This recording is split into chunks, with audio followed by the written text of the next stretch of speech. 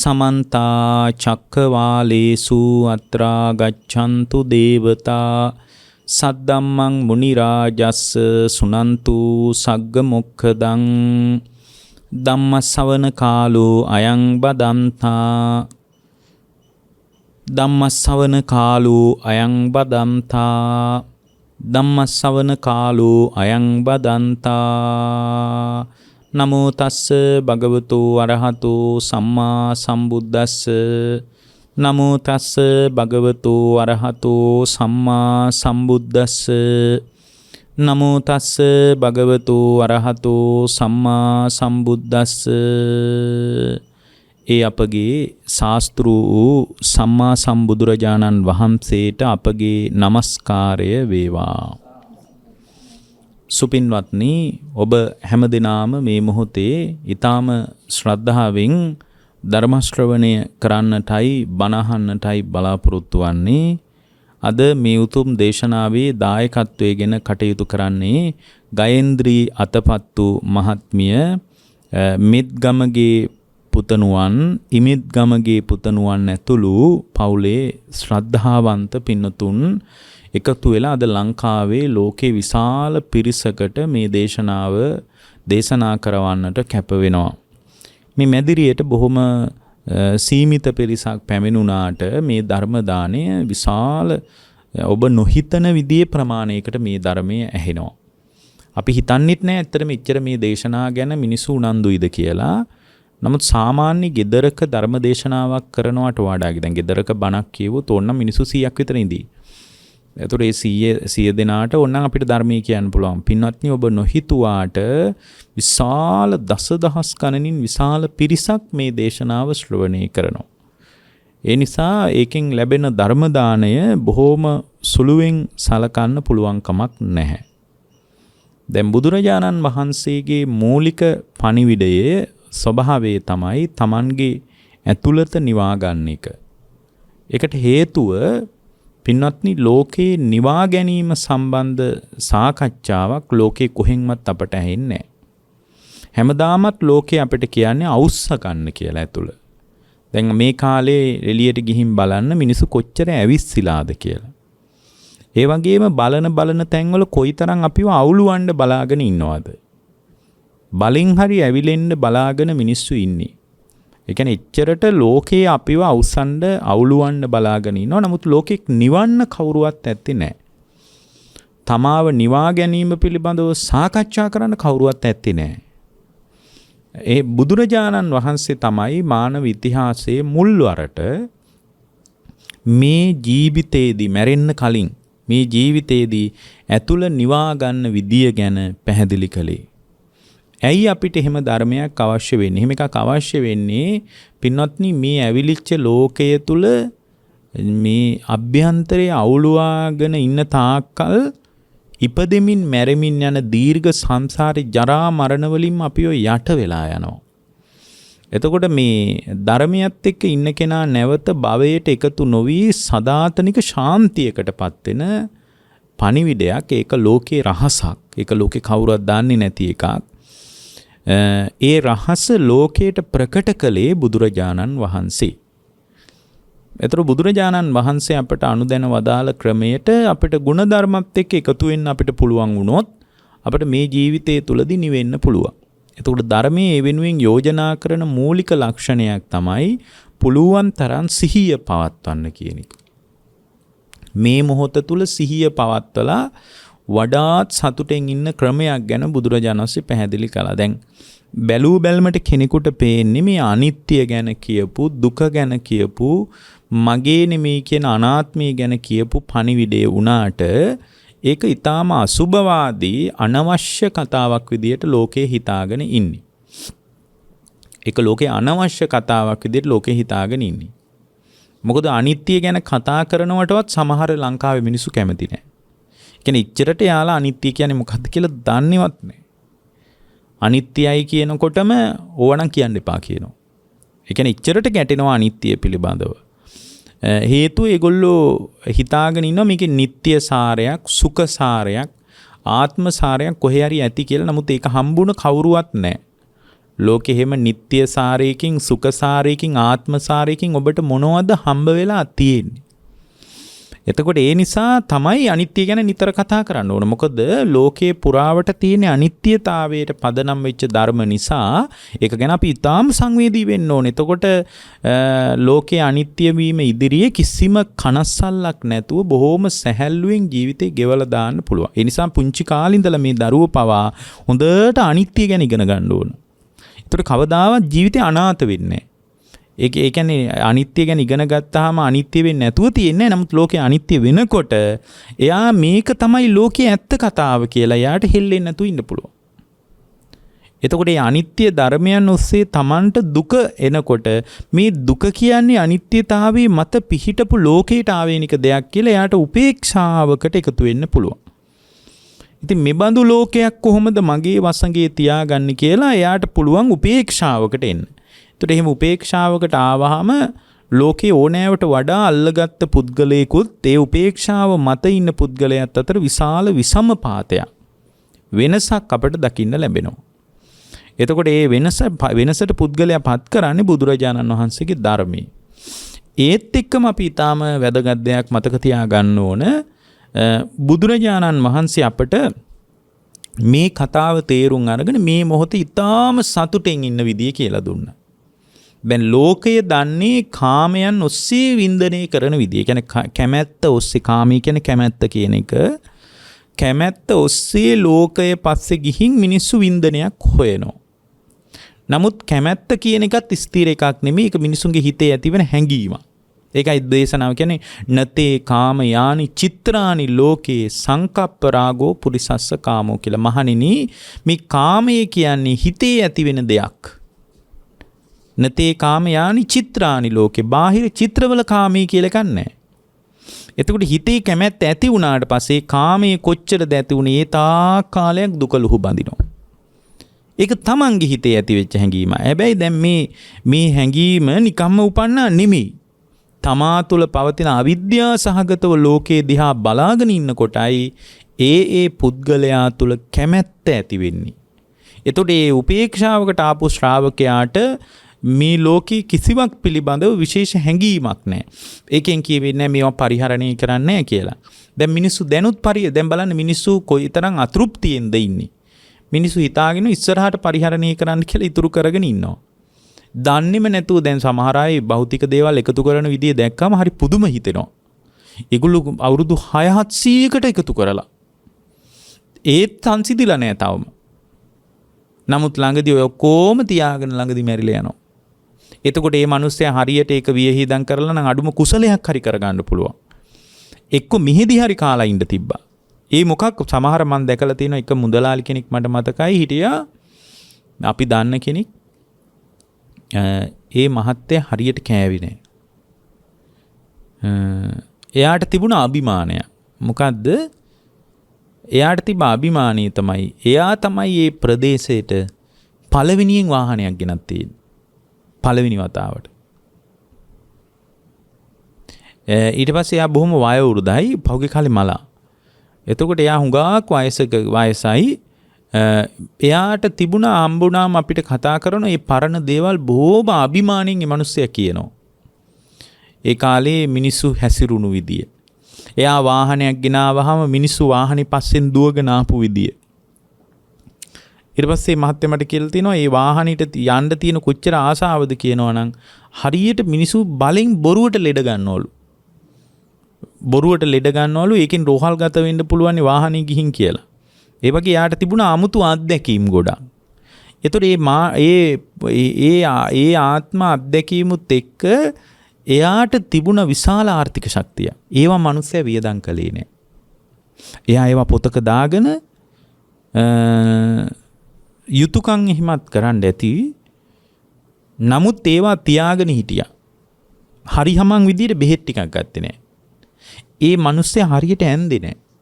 මේ අපි දන්න සිද්ධියක්. හරියට ඇන්දේ නෑ. ඉතින් අපි කියනවා බොහොම හොඳට ඇඳලා ඉන්න දැන් ඉතින් බොහොම ජීවිතේ සන්ධ්‍යාවෙන්නේ නෑ ඉතින් මේ මදයි ඉතින් මේ අඳින විදිය කියලා හිටියා. ඊට පස්සේ බැංකු පොත්වල ඒ සල්ලි ටික තියදී මිනිස්සයා මලා. දැන් මැරුණට පස්සේ සමහර විට මෙහි ඇවිල්ලා දරුවෝ ඥාතිවරු ඔක්කොම ඇවිල්ලා දරුවෝ රටත් හිටියා. ඒගොල්ලෝ ඇවිල්ලා ලොකුවට කිව්වා. මොකද්ද කිව්වේ? මේ අපිට අපේ තාත්තා යුතුයකම් කරා කියලා. නමුත් අපි දන්නවා යාගේ ජීවිතේ කොහොමද ගෙවිලා ගියේ කියලා. එතකොට එයාගේ සැලසුම නිකන් ඒ කියන්නේ කවදාවත් එයා ඒ ආසන්නේ මං හිතන්නේ වෙනකොටත් අවුරුදු 70ක් විතර එයා හිතුවේ නෑ ළඟදී මැරෙයි කියලා. එතකොට එක්තරා ඉදිකිරීමක් කෙරෙනකොට මේ මිනිස්සයා කිව්වා මට මතකයි එයා මොකක් හරි එකට කුලියට දෙන්න කවුරු හරි බාසුන් නැහැලා කීප දෙනෙක් ගෙනලා ඉදිකිරීමක් කළා. එතකොට මම කිව්වා දැන් අපිට නිතර ආරාමයට ආපු කෙනෙක් මං කිව්වා ඕවා දැන් ඉදි කරලා කොච්චර කල් ඉන්නද හොඳට කුසල් දියුණු කරගන්න.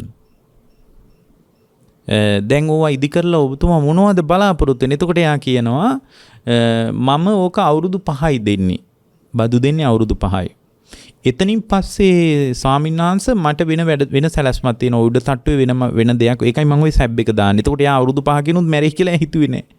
අපි දැනගත්තා දැන් මේ වලපයයි ගොඩපයයි මේ මිනිස්සු බිබ්බ අන්තිම කාලේ කියලා. ඒ උන්ට යකි සැලසුම තිබ්බේ නෑ මැරෙන්න. එතකොට මේ මරණය ගැන කතා කරනවට කැමැත්තක් තිබ්බේ නෑ. එතකොට එයාද කියනවා මම මේක අවුරුදු 5ක් දීලා මම ওই සැබ් එක දාන්නේ. මම උඩ වෙනම කොටසක් හදනවා තව අවුරුදු 5කින් පස්සේ. එතකොට එයා ලොකු සැලසුම් තිබ්බයි ඔක්කොම තියෙද්දි හරියට කන්නෙත් නැතුව බොන්නෙත් නැතුව අඳින්නෙත් නැතුව පළඳින්නෙත් නැතුව එහෙම මලා ඊට පස්සේ ඉතින් මෙහි ඉන්න දරුවෝ එහෙම ඉඩ කඩන් ඒව මේවා බෙදා ගන්න ඇති. නමුත් එයාට අප්‍රමාදී වෙන්න බැරි වුණා කුසලයේ තුල ගුණධර්මයේ මත ඊට පස්සේ ආධ්‍යාත්මික ජීවිතයේ තුල ආධ්‍යාත්මික ලෝකෝත්තර ඉලක්කයක් මත එයාට ජීවිතය ගෙවන්න බැරි වුණා. අනිවාර්යෙන් සතර අපාය ඇති කොහේ හරි. සතර අපාය ඇති. ඔන්න හම්බුණු දායාදේ. දැන් ලංකාවේ මිනිස්සු අනාගතේ විඳිනවා කියලා හිතාගෙන හම්බ කර ඉන්නවා. ඊට පස්සේ දන්නේම නැතුව එක දවසක ඒ අයට ඇස් දෙක පිය වෙනවා. එතකොට මෙහි අය හිස් ගුණ කතා තියෙයි. මෙහි අය එකතු වෙලා වැඩක් නැහැ. ඕකට අර ගම්වල තියෙනවා ඒ පින්වත්නි ඔය වරක කොස් ගෙඩිය හොඳට ඉදුණාම ඔය කොස් ගහේ ඉතින් ඔය තියෙනවා හරියම රස කොස් ගස්. ඒ වගේ වරක හරියම රසයි. ගම්වල මිනිස්සු දන්නවා ඒවා කෝ වගේද රහ කියලා. ඉතින් මේ එක දවසක් එක ගෙදරක වරක ගෙඩියක් හැදිලා එක ගෙඩියයි හැදිලා තියෙන්නේ. ඒක ආකාලෙට හැදිලා තියෙන්නේ. ඉතින් මේ ගෙදර අම්මා මේකට මාන බල හිටියා. මේක සතෙකුට කන්න නොදී කොහොම හරි ওই ගෙඩිය කඩා ගන්න ඕන කියලා. ඊට පස්සේ ඔය ලේනෙකුට මේ වවුලෙකුට කන්න නොදී ඔය අම්මා මොකද කරේ අර වරක ගෙඩිය කැඩුවා. කොස් ගෙඩිය කඩලා ඉතින් ඒ බාගෙට ඉඳීගෙන ආවා. ඉඳීගෙන එනකොට කඩලා ඕවා කල් තියා ගන්න ක්‍රමයක් තියෙනවා. හුඹස් මැටි ගහනවා වරක ගෙඩියට. හුඹස් මැටි ගහලා ගෙවල් වල තියෙන දුම්මැස්ස කියලා උයන තැන උඩ මේ දරුවෝ නම් දන්නෙත් නැතුව ඇති දුම්මැස්ස කියන්නේ මොකද්ද කියලා. උයන තැන උඩින් එල්ලුවා හුඹස් මැටි ගහලා. ඒක උඩ තියා ගන්න පුළුවන්. ඉතින් එක දවසක් මං ඊ ගෙදරට යනකොට හරි සුවඳයි ගෙදරම. හරි සුවඳයි. වරක සුවඳ. එතකොට මේ මං ඇහුවා මේ කාලේ වරක නෑනේ. කොහෙන්ද වරක කියලා ඇහුවා. එතකොට එයා කියනවා ඒ ගෙදර ළමයා තරුණයා මට කියනවා යා බොහොම සද්ධාවන්ත තරුණිය. අපේ අම්මා මේ ගහේ හැදිලා වරක ගෙඩියක් ඒ ගෙඩිය ඉදිනකන් අම්මා බලාන හිටියා. ඊට පස්සේ කාටවත් සතෙකුට කන්න දුන්නේ නැහැ. කන්න දෙන්නේ නැතුව අම්මා ඕක කඩාගෙන ඇවිල්ලා ආන් දුම්මැස් දැන් හුඹස් මැටි ගහලා දුම්මැස් ඉල්ලලා තියෙනවා. දැන් ඉතින් වරක ගෙඩිය සුවඳ දිදී තියෙනවා. දැන් ඒක ප්‍රායෝගිකව ගත්තාම එයා මේ මොහොතේ අනුභව කරන්න ඕනනේ. එතකොට අනාගතේ කන්න කියලා ඉල්ලලා තියෙනවා. ඔන්න ඔය වගේ තමයි අපි හැමෝගෙම සැලසුම්. හේතුව අනාගතේ සැප ලැබේවි කියලා හිතාගෙන මේ මොහොතේ කාලයක් කැප කරනවා, ධනයක් කැප කරනවා, ශ්‍රමයක් කැප කරනවා. බුදුරජාණන් වහන්සේ වදාළේ ඒක නෙමෙයි. බුදුරජාණන් වහන්සේ වදාළේ මේ මොහොත තමයි හොඳම මොහොත. ආය අනාගතේ හොඳම කාලයක් එන්නේ නැහැ. අනාගතේ හොඳ කාල ආපු අයත් නැහැ. අහලා බලන්නකෝ ඒ වැඩිහිටියන්ගෙන් වයසක අයගෙන් මේ වැඩිහිටිය අම්මලාගෙන් අහලා බලන්න ඒගොල්ලෝ බලාපොරොත්තු වෙච්ච හොඳ ලෝකේ හම්බුණාද කියලා. ඒගොල්ලෝ බලාපොරොත්තු මේ වැඩිහිටිය අම්මලා බලාපොරොත්තු වෙච්ච ලෝකයක් ඇතිනේ. ඒගොල්ලන්ගෙන් මේ දරුවෝ අහලා බලන්න අපේ ආච්චි අම්මලා එමත් නැත්තම් අම්මලා හොයපු ලෝකේ අම්මලාට හම්බුණාද? ස්ථීරව කියයි බලාපොරොත්තු වුණු ලෝකේ හම්බුන්නේ නැති බව. ඒ නිසා අපිට තියෙන්නේ මොකක්ද? අර හුඹස් මෙටි ගහලා වරක ගෙඩිය දුම්මැස්සේ එල්ලලා සුවඳ බල ඉන්නවා වගේ නැතුව. ගේ හැම තැනම සුවඳයි. ඇතුළට එන මිනිහෙකුට සුවඳ දැනෙනවා. වරක තියනව නේද කියලා හිතෙනවා. හැබැයි ඒ මිනිස්සු එක කන්නේ නැහැ. අන්න ඒ වගේ අනාගතේ කණ්ඩ කියලා එල්ලලා තියෙනවා. ළඟදි දවසකේ වරක ගෙඩිය කණ්ඩ නැතුව මේ මිනිස්සු මිය යනවා. අන්න ඒ වගේ අනාගතයේ හොඳ ලෝකයක් ඒවි කියලා හිතාගෙන මේ මොහොත සම්පූර්ණයෙන් කැප කරන්න එපා. බුදුරජාණන් වහන්සේ වදාළේ අනාගත සංස්කාර මවන්න එපා. බුදුරජාණන් එහෙම තමයි වදාළේ. අනාගත නප්පටිකංකේ අනාගතං. මොකද ඇවිල්ලා නැහැ අනාගතේ. ඒ නිසා මේ වෙලාවේ අනාගත සංස්කාර මවල හරියන්නේ නැහැ. මේ වෙලාවේ අතීත සංස්කාර අනුව දුවලා හරියන්නේත් නැහැ. දැන් සමහර අය ඉන්නවා අතීත සංස්කාර අනුවම දුවනවා. ඒ කාලේ මෙහෙමයි. ඒ කාලේ අපි හරි සතුටින් හිටියා. ගෙදර ඉද්දී සතුටින් හිටියා. අම්මා ළඟ ඉද්දී සතුටින් හිටියා. ඊට පස්සේ ගමේ ඉද්දී අපි සතුටින් හිටියා. නගරයට ආවට පස්සේ තමයි නැත්තේ. එහෙම කිය අර අතීත සංස්කාර අනුව දුව ඉන්නවා. ඒතර යා කවදාවත් හිතන්නේ නැහැ මේ වෙලාවේ මං කොහොමද සතුටින් ඉන්නේ කියලා. අන්න ඒකට තමයි බුදුරජාණන් වහන්සේ අපට ඊටාම ඉහළ මඟ පෙන්වීමක් කරලා තියෙන්නේ. ඉතින් ඒ අවබෝධයටපත් වුණාට පස්සේ මුනිවරයාට අද තමයි හොඳම දවස. අද තමයි හොඳම රාත්‍රිය.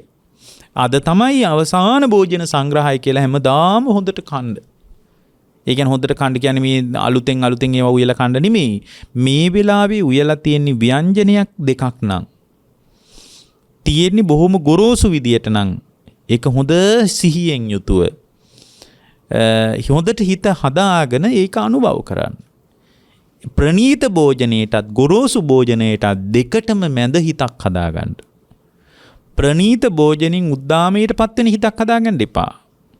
ගොරෝසු භෝජනින් පසුතැවෙන හිතක් හදාගන්නත් එපා. ඒ දෙකටම ඔරොත්තු දෙන හිතක් හදාගන්න. අන්න ඒකට කියන්නේ උපේක්ෂාව කියලා. අද මිනිසුන්ට මේ දෙකටම ඔරොත්තු දෙන හිතක් නැහැ.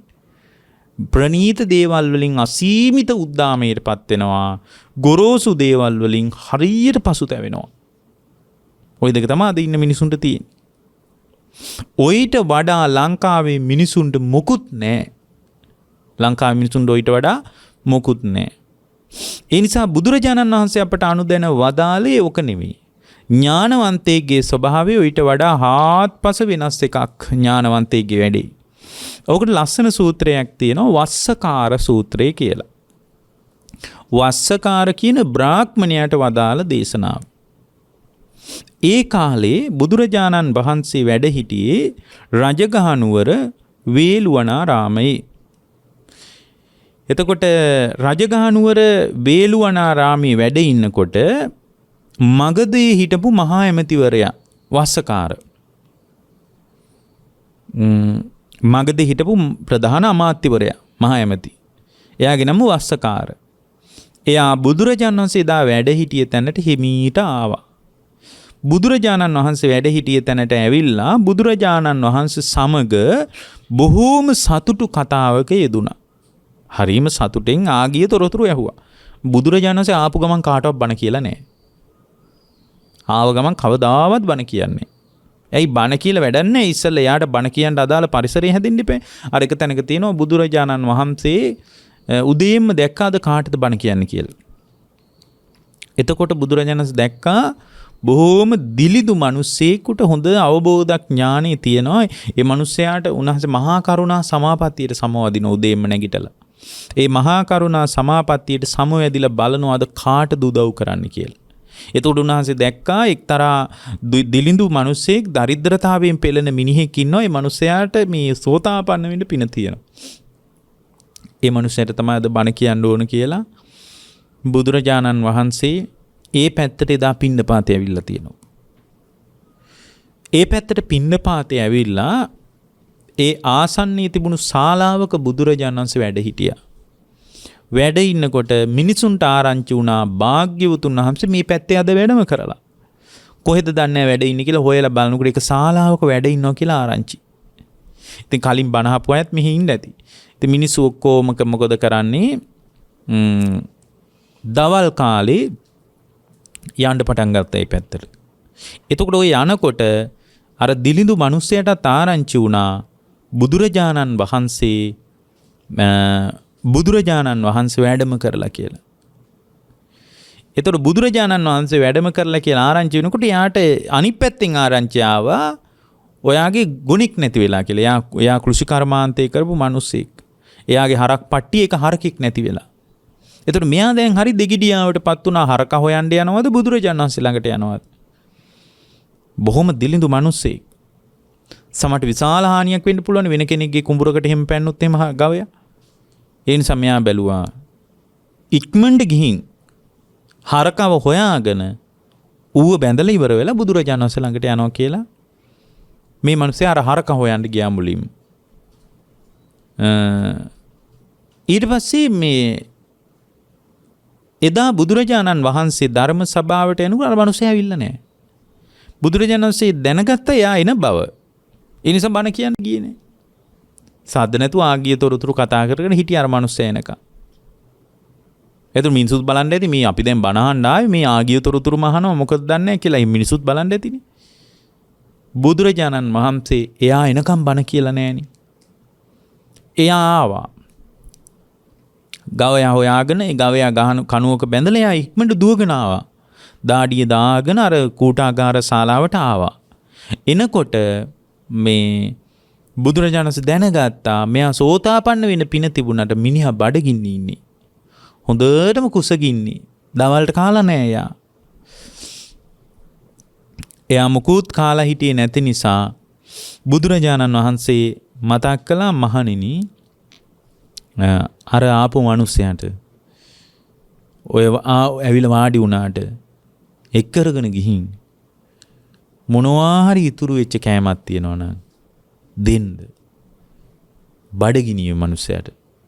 බලන්නේ බුදුරජාණන් වහන්සේගේ මහා කරුණාව. ඊට පස්සේ එතන හිටියේ ස්වාමීන් වහන්සේලා කතා කරා එළියට. කතා කරලා කිව්වා බුදුරජාණන් වහන්සේ වදාලා ඔයාට කෑම ටිකක් දෙන්න කියලා. ඒතර සමහරට අර මිනිස්සු ළඟ හරි මොනවා හරි තියෙන්න ඇති.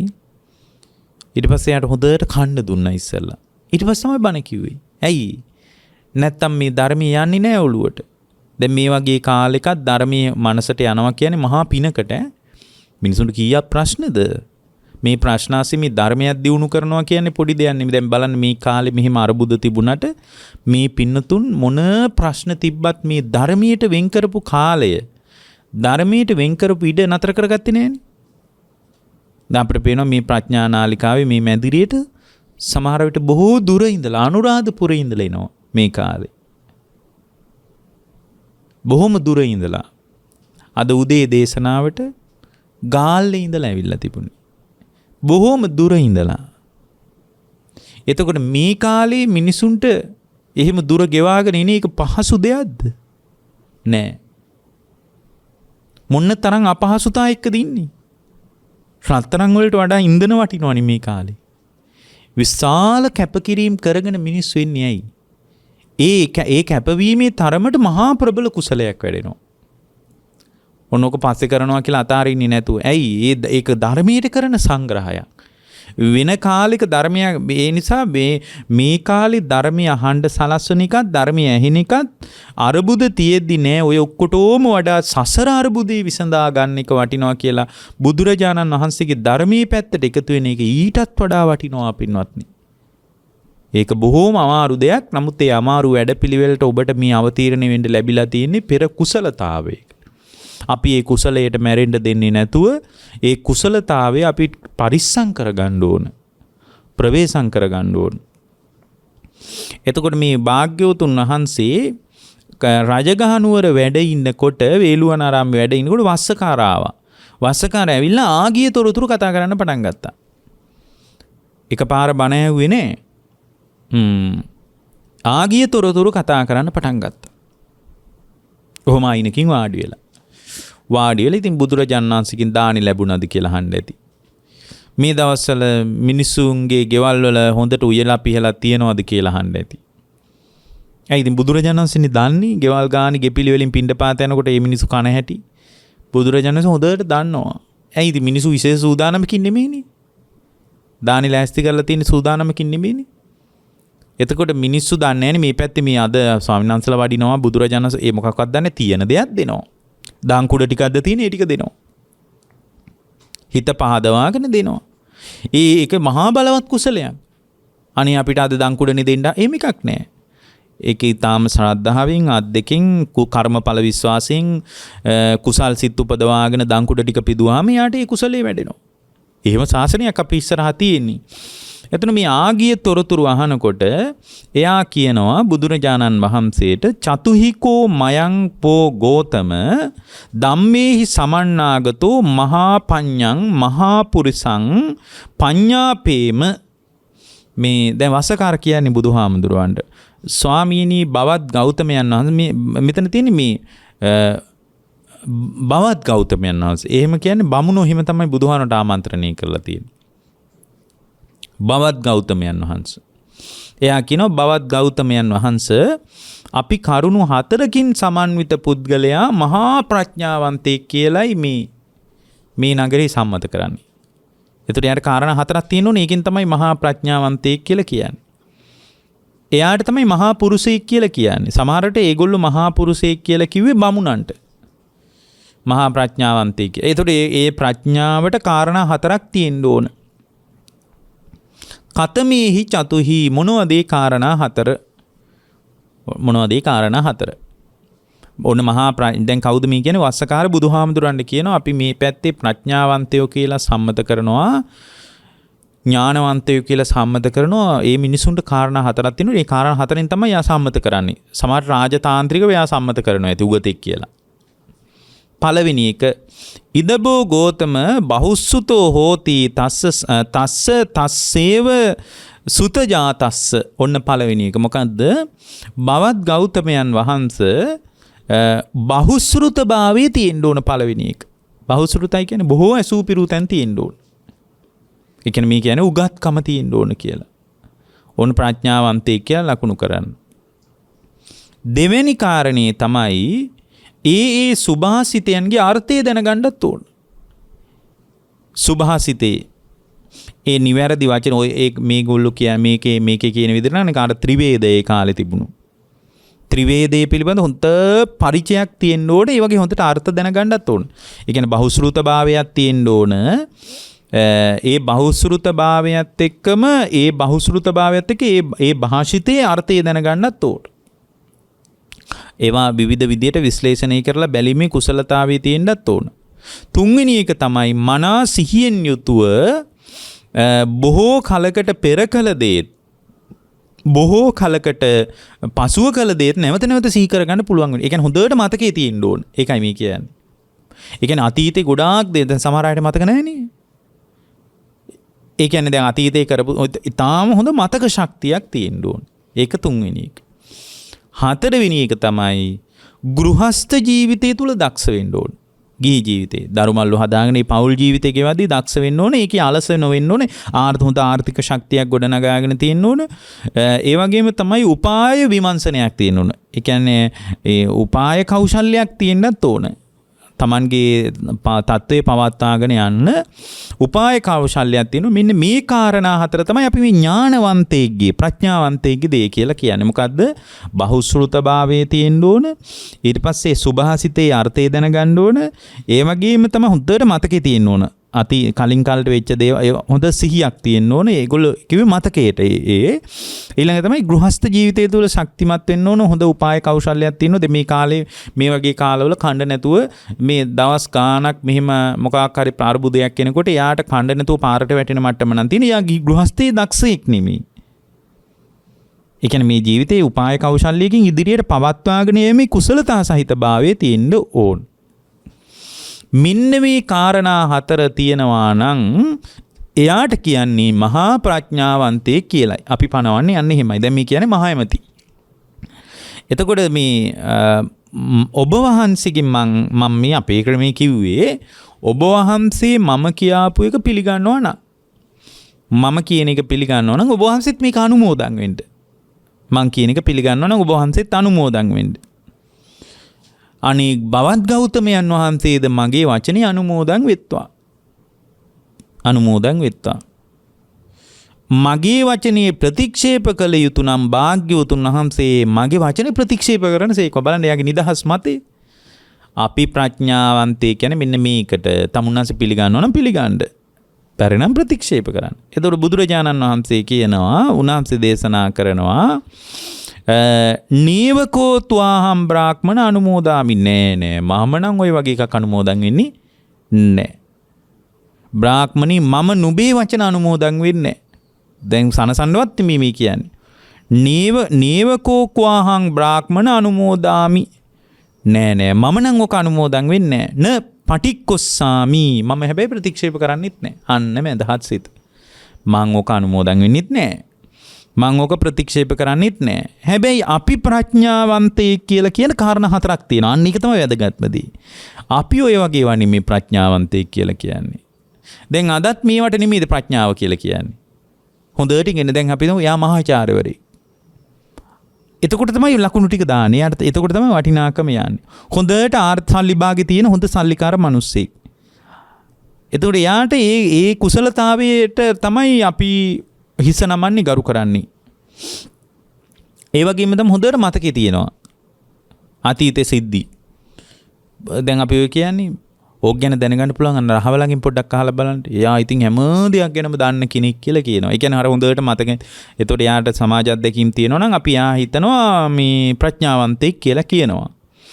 ඒ වගේම තමයි ගිහි ගෙදර කටයුතු වලට දක්ෂයි නම්, බහුසෘතයි නම්, බොහෝ දේවල් අහලා පුරුදුයි නම්, කියවලා තියෙනවා නම්, එයාට තමයි අපි ප්‍රඥාවන්තයෙක් කියලා කියන්නේ. ඒකනේ ඔය ඉස්කෝලවල බෝඩ් වල ගහලා තියෙන්නේ පඤ්ඤා නරාණං රතනං කියලා ඉස්කෝලේ ලෝගෝ එකේ ගහලා තියෙනවා. නිල ලාංඡනවල ප්‍රඥාව තමයි මැනික කියලා. ඒ වුණාට ඒක බුදුදහමේ තියෙන වචනයක්. ඒ ප්‍රඥාව කියන්නේ ඉගෙන ගන්න එකට එහෙම නෙමෙයි. දැන් බලන්න මෙතන කියනවා බුදුරජාණන් වහන්සේ නේවකෝ ක්වාහම් බ්‍රාහ්මණ අනුමෝදාමි මම නම් ඕක අනුමෝදන් වෙන්නේ නැහැ. පටික්කොස්සම් හැබැයි මම ඕක ප්‍රතික්ෂේප කරන්නෙත් නැහැ. ඊට පස්සේ කියනවා චතුහිකෝ අහම් බ්‍රාහ්මණ ධම්මේ සමන්නාගතෝ මහා පඤ්ඤා මහා පුරුෂෝ පඤ්ඤාපේමි. හැබැයි අපි මහා පුරුෂයෙක් මහා ප්‍රඥාවන්තයෙක් කියන අපිට කාරණා හතරක් තියෙනවා. ඕක නම් අපි පිළිගන්නේ නැහැ. එහෙම කියලා බුදුරජාණන් වහන්සේ වදාලා. එතකොට යා කිව්වා හරි එහෙනම් ඔබ වහන්සේගේ එකත් කියන්න මට. මං කැමති ඒක දැනගන්න. මේ මහා ඇමති කියන්නේ ප්‍රධාන. ඉද බ්‍රාහ්මණ බහුජන හිතාය පටිපන්නෝ බහුජන සුඛාය බහුස්ස ජනාය අරියෝ ඥාය පතිට්ඨා පිතා. බුදුරජාණන් වහන්සේ මතක් කරනවා බ්‍රාහ්මණය බොහෝ ජනයා ආර්ය න්‍යාය තුල වාසය කරනවාද? බොහෝ ජනයාගේ හිත පිණිස, බොහෝ ජනයාගේ සැප පිණිස, බොහෝ ජනයා ආර්ය න්‍යායයේ පිහිටුවන ලද්දේද? මේක තමයි පළවෙනි ප්‍රඥාවන්තයෙක්ගේ කල්යාණ ධර්මය. අන්න මොකද්ද පළවෙනි කල්යාණ ධර්මය? ආර්ය න්‍යාය මත පිහිට. මොකද්ද මේ ආර්ය න්‍යාය කියන්නේ? පටිච්ච සමුප්පාදය. අන්න එහෙනම් ප්‍රඥා සමහරට මේක මල පොතේ අකුරක් බැරි කෙනෙක් ප්‍රඥාවන්තයෙක් කරන්න පුළුවන් මේ ධර්මයෙන්. ඒක නිපින්වත් නී බුද් භාරතේ හිටපු කසල සෝදකයෝ නිවන් දැක්කේ. ගෙවල් වල වළං හොද හිටපු කාන්තාව නිවන් දැක්කේ. රජුමාලා වගේ අය. ගෙවල් වල වැඩ මේ කිසිම හවුහරණක් නැතුව අනාථ වෙලා හිටිය මිනිස්සු අවබෝධය කරා ගියානේ ගෙවල් වල නෝනලා නිවන් දැක්කේ නෑනේ. සුනීත වගේ අය ගෙවල් වල මේ කැලිකස්සල ඇද හිටියේ. වැසිකිලි කෙසිකිලි පිරිසුදු කර කර හිටියේ. ඒ අවබෝධය කරා ගියානේ. නමුත් ඒ ගෙදර හිටපු හාම්පුත්තුන්ට බැරි වුණානේ අවබෝධය කරා යන්න. එහෙනම් මේ ප්‍රඥාව කියන්නේ වෙන හැඩයක් තියෙන්නේ. අපි හිතන එක නෙමෙයි. එහෙනම් ප්‍රඥා දැන් බලන්න තමන් ප්‍රඥාවන්තයෙක්ද කියලා බලන්න. මොකද්ද? බුදුරජාණන් වහන්සේ මතක් කරනවා කල්යාණ ධර්මයේ කුසල ධර්මයේ මත පිහිටලා ආර්ය න්‍යායෙන් ලෝකේ බලනවාද? ඒකයි මෙතන කියන්නේ. අරියෝ ඥායේ පතිට්ඨා පිතා. ආර්ය න්‍යාය පිහිටුවන ලද්දේ වේද. ඒ කියන්නේ තමනුත් ආර්ය න්‍යාය තුල ඉන්නවා, අනිත් කෙනත් ආර්ය න්‍යාය තුල පිහිටනවා. අන්න ඒක තමයි ප්‍රඥාවන්තයාගේ පළවෙනි ලක්ෂණය. ආර්ය න්‍යාය කියන්නේ පටිච්ච සමුප්පාදයෙන් බලනවා. එතකොට මේ පටිච්චසමුපාදයෙන් බලනකොට එක තැනක හිර වෙන්නේ නැහැ. දැන් අපි හිර වෙලා ඉන්නේ. එක්ක කේන්දරයට අපි වගකීම දෙනවා. එක්ක නැකතට දෙනවා. එක්ක සිනසුරුට දෙනවා.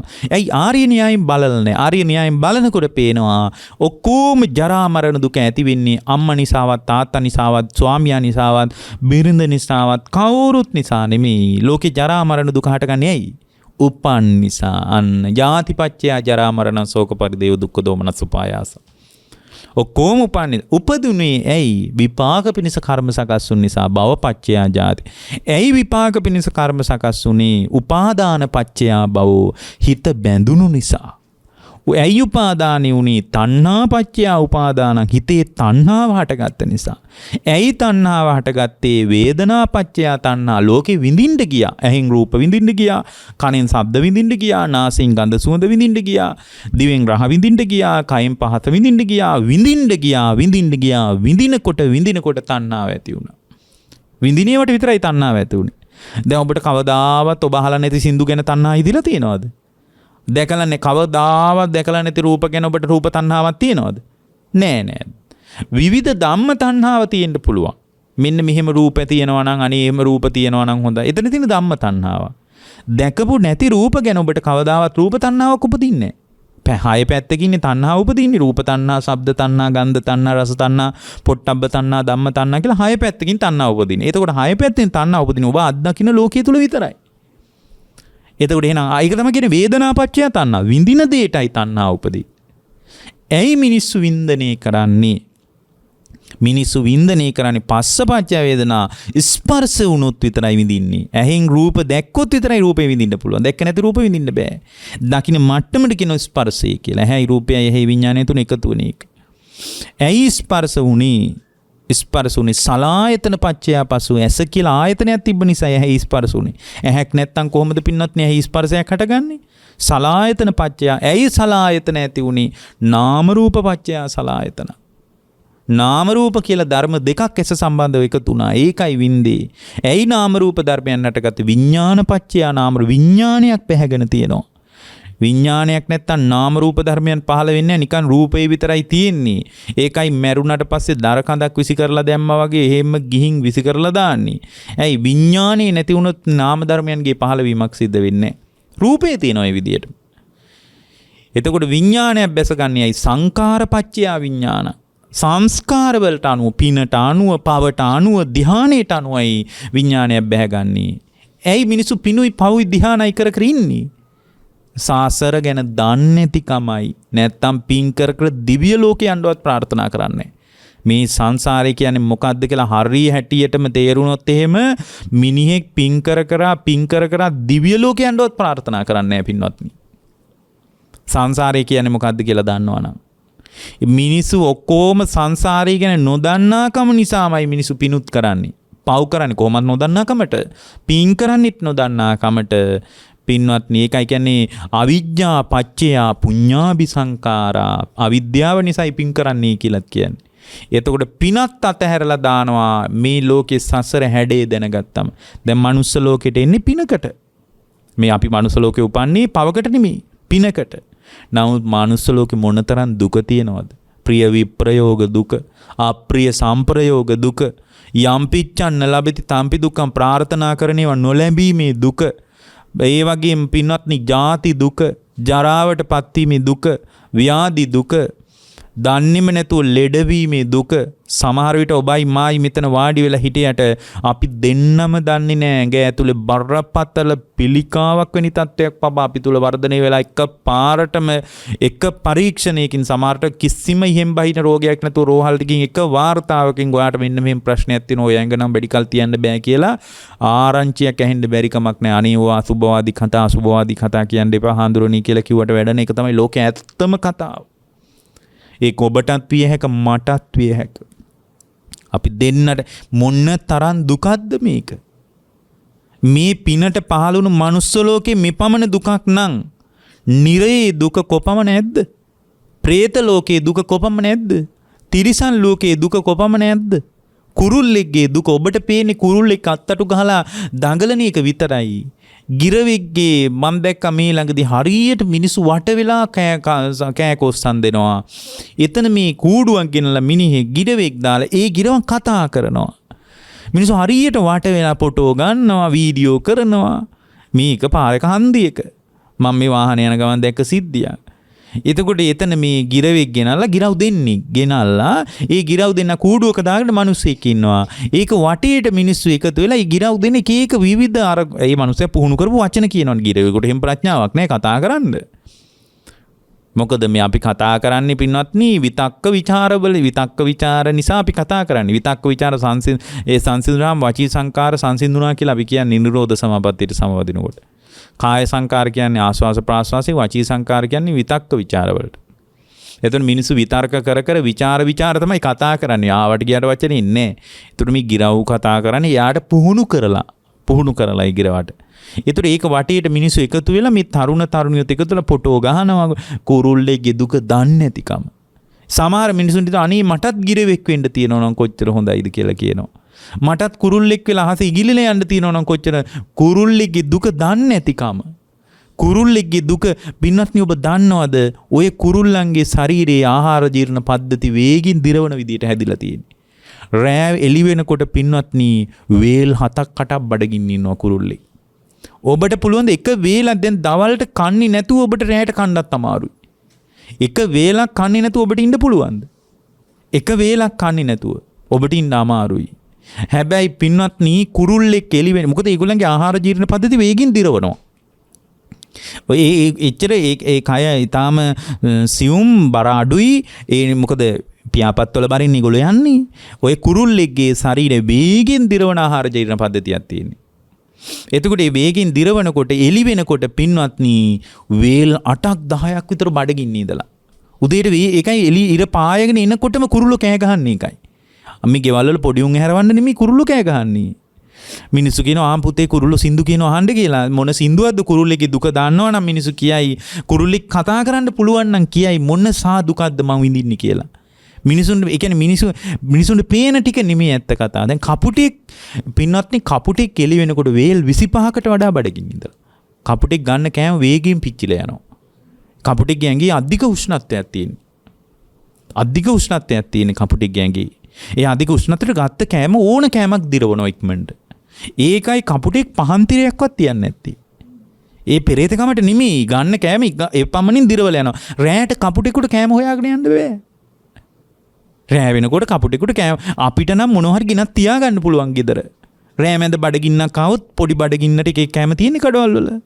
නේද? ඒවා ගෙනල්ලා අපිට ස්ථානගත කරලා ශීතකරණියට දාලා තියාගන්න පුළුවන්. රෑ දෙගොඩ හරි කමන්නේ බඩගින්නක් ආවොත් කන්න. කපුටෙකුට මොනවා කන්නද? එළි වෙනකොට පින්වත්නි කපුටෙක් වේල් 25ක් විතර බඩගින්න ඉඳලා. බඩගින්න ඉඳලා ඉර පායනකොට කෑ ගහන්නේ අපේ ගෙවල් වල පොඩි අය හැරවන්න නෙමෙයි. කපුටෙක් කෑ ගහන්නේ බඩගින්නට පින්වත්නි. මේ තිරිසන් ලෝකයේ දුක දවස් ගණන් කියන්න පුළුවන්. එතකොට කෙනෙක් කියාවේ නෑනේ මාංශ භක්ෂික සතෙක් වුණා නම් හොඳයි එහෙමනම්. සිංහෙක් වගේ සතෙක්. ලොකු අභිමාණයෙන් කතා කරන සතුනේ පින්වත්නි සමහර විට මාසෙට මේක ගොදුරයි. මොකද වෙන සත්තු ඇවිල්ලා ඉන්නවද මේ මං ආවා දැන් මාව කාපන් කියලා ඉන්නවද ළඟට ඇවිල්ලා නැහැ. ගොදුරක් හොයාගෙන සමහර විට මාස ගාණක් ඇවිදිනවා සමහර සත්තු ওই මාංශ භක්ෂික සත්තු. මාසෙකට මේක ගොදුරයි සමහර විට. මාසෙකට මේක ගොදුරයි. ඒතර ඒකෙන් තමයි ආජීවත් වෙන්නේ. තිරිසන් ලෝකේ ඔහොම එකක්. ඒ නිසා පින්වත්නි මේ සසර නම් මොහොතක්වත් වර්ණනා කරන්න බෑ. ඒතර බුදුරජාණන් වහන්සේ අපට වදාලා ආර්ය න්‍යායෙන් බලන්න කියලා. අන්න ඒක තමයි ප්‍රඥාවන්තයෙක්ගේ පළවෙනි පියවර. ඕන බලන්න ප්‍රඥාව මේ ටික තිබ්බොත් අමුතුවෙන් වෙන මොකුත් ඕනේ නැහැ. ප්‍රඥාවන්තයෙක්ගේ පළවෙනි එක මොකද්ද? බුදුරජාණන් වහන්සේ මතක් කරන ඉද බ්‍රාහ්මණ බහුජන හිතාය බහුජන සුඛාය හෝති සුකස්ස ජනතා අරියා ඥායේ පතිට්ඨාපි. ඊට පස්සේ කියනවා යදිදං කල්යාණ ධම්මං කුසල ධම්මතා. කවුරු හරි කෙනෙක් මේ ආර්ය න්‍යායෙන් තමන්ව බලලා ඒ ආර්ය න්‍යාය ඔස්සේම යා ලෝකයටත් කියලා දෙනවා නම් දැන් මේ කරන්නේ ඒක තමයි ප්‍රඥාවන්තගේ පළවෙනි එක. ඊළඟට බුදුරජාණන් වහන්සේ මතක් කරනවා සෝයං විතක්කං ආකංකති විතක්ක හේතු විතක්කේතුං තං විතක්කං විතක්කේති යං විතක්කං නාකංකති. බුදුරජාණන් වහන්සේ මතක් කරනවා ඒ විදියට කල්පනා කරන පුද්ගලයා කැමැති විතර්කයක් කැමැති වෙලාවක යට හිතන්න පුළුවන් නම් අකමැති විතර්කයක් විදිහට අතහැරලා දාන්න පුළුවන් නම් ඒ කියන්නේ හිතන්න ඕන දේ ආ හිතනවා හිතන්න ඕන දේ ඕන නැති දේ ආ හිතන්නේ. ඒ විදිහට කැමැති සංකල්පයක යා ගනුදෙනු කරනවා අකමැති සංකල්පයක ගනුදෙනු කරන්නේ. යමක් කල්පනා කරන්න කැමැති නම් කල්පනා කරනවා කල්පනා කරන්න අකමැති නම් කල්පනා කරන්නේ නැහැ. මිසේ Tamanගේ සිතුවිලි රටාව තුල හිත වසඟයට අරගෙන නම් ඒක තමයි දෙවෙනි ප්‍රඥාවන්ත එක. මේ නිවන් දකින්න කෙනාගේ හැඩේ ගැන කියන්නේ. ඒ කියන්නේ එයා අකුසල් විතර්ක වලින් යට වෙන්නේ නැහැ එතකොට. ඇයි? එයා හොඳට තමන්ගේ හිත දිහා බලාගෙන තමන්ගේ කැමැත්ත අකමැත්ත හොඳට තේරුම් අරගෙන ඉන්නවා. දැන් රාග ద్వේෂ මෝහ කියන විතර්ක. ඒවා හිතට ගලන්නේ. ඒවා ගලනකොට එයාට පුළුවන් ක්ෂණික වේවා අයින් කරලා දාන්න. ඒ කියන්නේ හොඳට සිහිය පවත්වනවා කියලා මේ කියන්නේ. දැන් අපිට පුළුවන්. අපිට බෑ. අපිට රාග සිතුවිල්ලක් ආවම මේ පැත්තට දුවනවා අපි. රාග සිතුවිල්ලක් ආවට පස්සේ ඒ රාගේ ගෙනත් දුන්න රූප තියෙනවා. ඒවා හොය අපි යනවා. එහෙනම් අපේ ප්‍රඥාව නෑ. මෙතන බුදුරජාණන් වහන්සේ මතක් කරන සෝයං විතක්කං ආකන්තකති විතක්කේතුං තං විතක්කං විතක්කේති යං විතක්කං නාකංකති. විතක්කේතුං නතං විතක්කං විතක්කේති. යම් වෙලාවක විතර්කයක් සිතන්න කැමති නම් ඒ විතර්කේ හිතන්න පුළුවන් එයාට. ඒ ප්‍රඥාවන්තයේ ස්වභාවය. විතර්කයට අකමැති නම් ඒ විතර්කේ නොහිතා ඉන්නත් පුළුවන්. ඒ කියන්නේ හොඳට හිත වශීභාවයට පත් කරලා එයා කුසලයේ කුමක්ද අකුසලයේ මොකද්ද කියලා හොඳට එන හිතන ඔක්කොම හිතන්නේ. ඒක තමයි දෙවෙනි ලක්ෂණය. දැන් රාග දේශ මොහ වලට ඇති වෙනකොට සිතුවිලි යන්න පුළුවන් ක්ෂණිකව මේක මට යහපතක් නෙමෙයි කියලා යට අතහැරලා දාන්න පුළුවන්. අකමැති නම්. කුසලයට කැමති යට ඒක දිගට දියුණු කරන්න පුළුවන්. හිත හොඳට ඒ කියන්නේ මේ හොඳට සිහිය තියෙනවා. හොඳට සිහිය තියෙනවා. ඒක තමයි දෙවෙනි කාරණේ කියනවා ප්‍රඥාවන්තයේ. ඊළඟට චතුඤ්ඤං ඥානං අභිචේතසිකාණං ditta ධම්ම සුඛ විහාරං නිකමලාභි හෝති. ඒ කියන්නේ පින්වත්නි ඒ ශ්‍රාවකයාට පුළුවන් කියනවා හතරවෙනි ධ්‍යානෙ කැමැති තාක් උපදවාගෙන වාසය. ඒ කියන්නේ හොඳට චිත්ත සමාධිය තියෙනවා. හිත භාවනාව මත වඩලා තියෙනවා. හිත හොඳට පුහුණු කරලා තියෙනවා. අද මිනිසුන්ට හිත පුහුණුවන්නේ නැහැ නේ. එහෙනම් අද මිනිස්සු අද ප්‍රඥාවන්තයෝ නැහැ. ප්‍රඥාවන්තයෝ අද නැහැ. ඇයි ප්‍රඥාවන්තයේ තුන්වෙනි කාරණේ තමයි එයා හොඳට හිත පුහුණු කරලා පළවෙනි ධ්‍යානෙ දෙවෙනි ධ්‍යානෙ ආදී ධ්‍යානත් එක්ක එකතු වෙලා එයා භාවනාවෙන් වාඩි වෙලා හොඳට පැයක් කමාරක් එක දිගට භාවනා කර්මස්ථානෙකින් ඉන්න පුළුවන්. ඒ කියන්නේ හොඳට චිත්ත සමාධිය තියෙනවා. අද චිත්ත සමාධිය නැහැනේ. මේ සමාධිය මේ කියන්නේ මේ පළවෙනි ධ්‍යානෙ දෙවෙනි ධ්‍යානෙම උපදවා ගන්න කියලා නෙමෙයි. හිත වඩන්න ඕනේ. ඒක ප්‍රඥාවන්තයෙක්ගේ වැඩක්. ඒ කියන්නේ හොඳට භාවනාව මත එකතු වෙන්න ඕන. ඒක තමයි තුන්වෙනි කාරණේ. ඒක තුන්වෙනි එක. හතරවෙනි එක ආසවානං කයං අනාසවානං චේතෝ විමුක්තිං පඤ්ඤා විමුක්තිං දිත්තේව ධම්මං සයං අභිඤ්ඤා සච්චිකත්වා උපසම්පජ්ජ විහෙරති. හතරවෙනි එක තමයි පින්වත් දැන් අර මායමතිට මේ කියන්නේ වස්සකාරට. එයාට කියනවා ආශ්‍රවයන් ක්ෂය වීමෙන් අනාශ්‍රව වූ චිත්ත විමුක්තියත් ප්‍රඥා විමුක්තියත් මේ ජීවිතේම Tamanගේ විශිෂ්ට නුවණින් මැරෙන්න කලින් ප්‍රත්‍යක්ෂ කරගෙන ඉන්නවාද? ඒක තමයි ප්‍රඥාවන්තික හතරවෙනි කියන. ඔන්න ඔය කාරණා හතර නිසා තමයි අපි නම් ප්‍රඥාවන්තයෝ කියන්නේ කියනවා. එතකොට බුදුරජාණන් වහන්සේ මතක් කරනවා නේවකෝ ක්වාහං බ්‍රාහ්මණ අනුමෝදයාමි න පන පටික්කොස්සාමි. මම මේක කිව්වේ ඔහෙ අහපු නිසා කියනවා. ඔයාට කැමති නම් මේ වචන අනුමෝදන් වෙන්න කියනවා. අකමැති නම් ප්‍රතික්ෂේප කරන්න කියනවා. මට වැඩක් නැහැ කියනවා. ඔයා මේ ප්‍රඥාව ගැන කියපු නිසා මම ওই ටිකත් කිව්වේ කියනවා. බුදුරජාණන් වහන්සේට උමනාවනේ මෙයාට බණ කියන්නම නෙමෙයි. එයා කියපු එකට නව අර්ථකථනයක් ඉදිරිපත් කරන්නයි බුදුහාරණ. ඒතකොට කියනවා ආචාර්යං බෝ ගෝතම ආශ්චර්යයි ගෞතමයන් වහන්සේ. අබ්බූතං බෝ ගෝතම අද්භූතයි. මම ඔය වගේ එකක් අහලා නැහැ කවදාවත්. අපේ බමුණු කියන එක මම අහලා තිබ්බේ. ඒකාන්ත වශයෙන් මම ඔබ වහන්සේ කියාපු එක අනුමෝදන් වෙනවා. ඒක තමයි අනුමෝදන් වෙන්න තියෙන හොඳම දේ. ඇයි මේ ජීවිතය තුළදීම අවබෝධය කරා යන විදිය තියෙනවා. ප්‍රඥාව ඒ කියන්නේ මැරෙන්න කලින් මේක කියනවා මේ මෙහෙම ආසවානං කයං අනාසවානං චේතෝ විමුක්තිං පඤ්ඤා විමුක්තිං ditta ධම්මේ මිහිදී ditta ධම්ම වේදනීය සයං අභිඤ්ඤා සච්චිකත්ව මැරෙන්න කලින් යාගේ හිත නිවනටපත් වෙනවා කියනවා. මැරෙන්න කලින් ඒකට යන්න පුළුවන් ওই පියවර හතරෙන්. ඔය ටික විතරක් දිනු කරගෙන යන්න. වෙන මොකුත් එපා. වෙන මුකුත් ඕනේ නැතු ඔය කාරණා හතර විතරක් දිනු කරගෙන යන්න පින්නත් හොඳට ආර්ය දිහා ආර්ය ඥාණයෙන් බලන්න. ආර්ය න්‍යායෙන් අර පටිච්ච සමුප්පාන්න උඩට පහළට බලන්න. එතකොට මොකුත් දෘෂ්ටි වලට අහු වෙන්නේ නැහැ. කේන්දර වලටවත් නැකත් වලටවත් දේවාල වල මුක්කටවත් අහුවෙන්නේ ඇයි? හේතුඵල පේන්නේ හැම වෙලාවකම. දෙවෙනි එක තමයි හොඳට හිත වශීකృత භාවයට පත් කරන්න. කැමැති විතර්කයේ කැමැති විදියට හිතන්න, අකමැති විතර්කයේ අකමැති විදියට අතහැරලා දාන්න. හොඳට හිත පුහුණු කරන්න ඕනේ ඒකට. අපි එහෙම පුහුණු කරලා නැති නිසා හිතට එන සිතුවිලි ඕන එකක් අපිව යට කරනවා. ඊට පස්සේ තුන්වෙනි එක තමයි හොඳට හිත සමාධිය දියුණු කරන්න ඕන. ඒ කියන්නේ භාවනාවක් මොකක් හරි ජීවිතේ තියෙන්න ඕනේ හිත වඩන්න. එහෙම වඩාගෙන යනකොට අනාසවාණං කය ආශ්‍රවයන් ක්ෂය වෙනවා. ඒකට තියෙන ආර්ය අෂ්ටාංග මාර්ගය දියුණු කරන්න. ඔන්න ඔය හතර විතරක් දියුණු කරන්න ඒකාන්ත වශයෙන් ප්‍රඥාව ඉලක්කය සාධනය කරගෙන තමයි යාගේ ඇස් දෙක පිය වෙන්නේ. ඒතර ඔය වෙන මොකුත් එපා. මේ හතර විතරක් ජීවිතේ අර්ථවත් කරගන්න බලන්න. එයාට මේ හතර විතරක් ඇති. එයා අනිවාර්යෙන් මැරෙන්න කලින් යා නිවන් දකින්න. එතකොට දැන් අද පටිච්චසමුපාදයවත් දන්නේ නැහැ. පළවෙනි එකවත් නැහැ අද ලංකාවේ මිනිසුන්ට. ඒ කියන්නේ ආර්ය න්‍යායෙන් බලන්නවත් මිනිස්සු දන්නේ නැහැ. ඒ නිසා තමයි ලංකාවේ මිනිසුන්ට අවබෝධය කරා යන්න බැරි වෙලා තියෙන්නේ. ඒ නිසා අපි අවබෝධයට ක්‍රමානුකූලව එකතු වෙනවා නම් අපේ හිත හොඳට පුහුණු කරගන්න ඕන. හිත හොඳට දියුණු කරගන්න ඕන. ඒ දියුණු වෙච්ච හිතකින් අපි ලෝකයේ දිහා බලන්න ඕන. ඒ බඳු හිතක් හදාගෙන ගැඹුරු විමර්ශනයකට අපි එකතු වෙන්න ඕන. ඒ බඳු විමර්ශනයකට එකතු වෙච්ච ශ්‍රාවකයෙකුට ලෝකේ සදාතනික නිවීමකටපත් වෙන්න පුළුවන්. මැරෙන්න කලින් දිට්ඨ ධම්ම වේදනියව විමුක්තියටපත් වෙන්න පුළුවන්. ඉතින් මේ කතාව අදත් ඇහෙන එක ගැන අපි සතුටු වෙන්න ඕන. කවුරු හරි කෙනෙක් දෙස් විදේශ වශයෙන් මේවායින් උදව්ව ගයි. උදව්ව අරගෙන මේක තමයි බුදුරජාණන්සේගේ පණිවිඩය. ඉතින් මේක පුහුණු කරගෙන යන්නයි තියෙන්නේ. කෘත්‍ය පැවරෙන්නේ තම තමන්ට. දේශනාව අපිට කරන්න පුළුවන්. කල යුත්තේ පැවරෙන්නේ තමන්ට. මේවා පුහුණු කළ යුතු දේවල් නිසා. ඒ කියන්නේ පටිච්ච සමුප්පාදේ හොඳට ඉගෙනගෙන ආර්ය න්‍යායෙන් තමන්ව බලන්නයි තියෙන්නේ. එතකොට කවදාවත් අනේ මේ ප්‍රශ්න මහත්යන්නේ දැන් ජීවිතේ හරි ලස්සනට ගැලෙන ගලාගෙන යනවා. අනේ බලන්න මේ මහත්යන් නිසා විඳවන්නේ දරුවෝ නිසානේ. කවුරුත් නිසා විඳවන්නේ. ඇයි? එයා ආර්ය න්‍යායෙන් බලනවා. එයා දන්නවා උපන් නිසා විඳවන්නේ. වෙන මොකක්වත් නිසා නෙමෙයි. ජාතිපච්චයා ජරා මරණං ශෝක පරිදේව දුක. මහත්ය නිසා. ඉතින් මහත්යත් එක්ක පැටලෙන්නේ නැහැ එතකොට. බිරිඳත් එක්ක පැටලෙන්නේ නැහැ.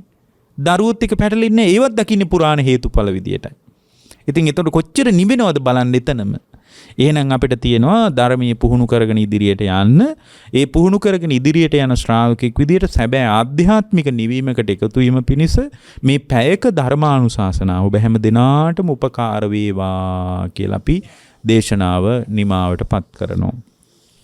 පින්වත්නි, අද දේශනාවේ දායකත්වයේ ගැන කටයුතු කරනු ලැබුවේ ගයේන්ද්‍රී අතපත්තු මහත්මිය, මිත්ගමගේ පුතණුවන්, ඉමිත්ගමගේ පුතණුවන් කියන දරුවන් දෙදෙනාත් පවුලේ ඥාතීන් ඇතුළු පින්වත් හැම දෙනාම එකතු වෙලා අද මේ දේශනාවට දායකත්වයේ දැරුවා. ගයේන්ද්‍රී අතපත්තු මහත්මිය ප්‍රදාන දරුවන් ඇතුළු මේ මැදිරියට එකතුණු ඔබ හැම දෙනාටම අපි ආශිර්වාද කරනවා. හැම දෙනාටම ජීවිතාවබෝධය, ධර්මාවබෝධය මේ දරුවන් හැම දෙනාගේ මධ්‍යන කටයුතු ආදී සියලු ආකාරයෙන් මෙලොව යහපත සැලසේවා. කායික මානසික සුවපත් භාවයේ සැලසේවා. මේ ධර්ම දානමේ කුසල් බලයෙන් ඊ타ම ඉක්මනින් ජීවිතාවබෝධය, ධර්මාවබෝධය පිණිස මේ කුසල් මහෝපකාරී වේවා කියලා අපි අදිෂ්ඨාන කරනවා. ප්‍රධාන අරමුණ වන්නේ මීට වසර 5කට පෙර පරලෝ සැපත් වුණු ජනක ගමගේ මහත්මාට මේ උතුම් කුසලානිසංසයන් අනුමෝදන් කරන්න බලාපොරොත්තු වෙනවා. එවන් අකල් මරණ වලට ගොදුරු නොවි කල්යාණ මිත්‍ර සම්පත්තියම ලැබිලා ඊටාම ඉක්මන් භවයකදී චතුරාර්ය සත්‍ය අවබෝධ කරගන්නට ඔබ අප මේ කාලේ පුරාවටම ධර්ම මනසිකාරයෙන්, ධර්ම දේශනාවෙන්, ධර්ම ශ්‍රවණයෙන් රැස්ුණා වූ පුණ්‍ය කුසලානිසංස ධර්මයන් මීට වසර 5කට පෙර පරලෝ සැපත් වුණු ජනක ගමගේ මහත්මාට මේ උතුම් කුසලානිසංස ධර්මයන් උතුම් කල්යාණ මිත්‍ර සම්පත්තිය තුලින් චතුරාර්ය සත්‍ය අවබෝධ කරගන්නට මේ ධර්ම දානමේ කුසල් හේතු වාසනා වේවා කියලා අනුමෝදන් කරනවා. ඒත් සමගම පින්වත්නි, ගයේන්ද්‍රී අතපත්තු මහත්මියගේ නමින් මියගිය සියලුම ඥාතීන්ටත් ඒ වගේම ඒ පවුල්වල හැම දෙනාගේම නමින් මෙතනට එකතුණු මේ වැඩිහිටි පින්තුන්ගේ නමින්ද මියගිය සියලුම ඥාතීන්ටත් ජනක ගමගේ මහත්මා ප්‍රදාන සංසාරගතව වර්ග පරම්පරානුගතව මියගිය සියලුම ඥාතීන්ට මේ කුසල් නිවන් දොරටුවක්ම වේවා කියලා අදිෂ්ඨාන කරනවා. සුජීවත්ව සිටින දෙමව්පියන්ට, දරුවන්ට, සහෝදර සහෝදරයන් ඇතුළු හිත මිත්‍රාදී සියලුම දෙනාට නිදුක් බව, නිරෝගී භාවය, සුවපත් භාවයම සැලසේවා. ඊ타ම ඉක්මනින් ජීවිතාවබෝධය, ධර්මාවබෝධය පිණිස මේ කුසල් මහෝපකාරී වේවා කියලා අදිෂ්ඨාන කරනවා. දේශකයන් වහන්සේ වෙච්ච අපටත් සියලු මහා සංඝරත්නයටත් ප්‍රඥා නාලිකාවේ නායක ස්වාමීන් වහන්සේ ප්‍රදාන කාර්ය මණ්ඩලවල හැම දිනාටමත් මේ කුසල් උපකාර වේවා. ධර්ම ශ්‍රවණය කරපු ලක්වාසී ලෝකවාසී සියලු සාදු ජනයා හැම දිනාටම උතුම් චතුරාර්ය සත්‍යම අවබෝධ වේවා කියලා අදිෂ්ඨාන කරනවා. සතරවරන් රජදරුවන් සක්දෙවිඳුන් ප්‍රදාන සියලු දිව්‍ය රාජ මණ්ඩලවලටත් බ්‍රහ්ම රාජ මණ්ඩලවලටත් අවීචියේ පටන් භවාග්‍රේ දක්වා විහිදී පැතිරී පවතින පෙනෙන නොපෙනෙන හැම දිනාටමත් මේ කුසල් නිවන් දොරටුවක්ම වේවා කියලා අදිෂ්ඨාන කරනවා. ආකාසට්ටා ච බුම්මට්ටා දේවා නාග මහිද්దికා පුඤ්ඤන්තං අනුමෝදිත්වා චිරං රක්ඛන්තු ලෝක සාසනං. ආකාසට්ටා ච බුම්මට්ටා දේවා නාග මහිද්దికා පුඤ්ඤන්තං අනුමෝදිත්වා චිරං රක්ඛන්තු දේශනං. ආකාසට්ටා ච බුම්මට්ටා දේවා නාග මහිද්దికා පුඤ්ඤන්තං අනුමෝදිත්වා චිරං රක්ඛන්තු මං පරන්ති. ඔබ හැම දිනාටම තෙරුවන් සරණයි. මෝහක්ඛයෝ නිබ්බානං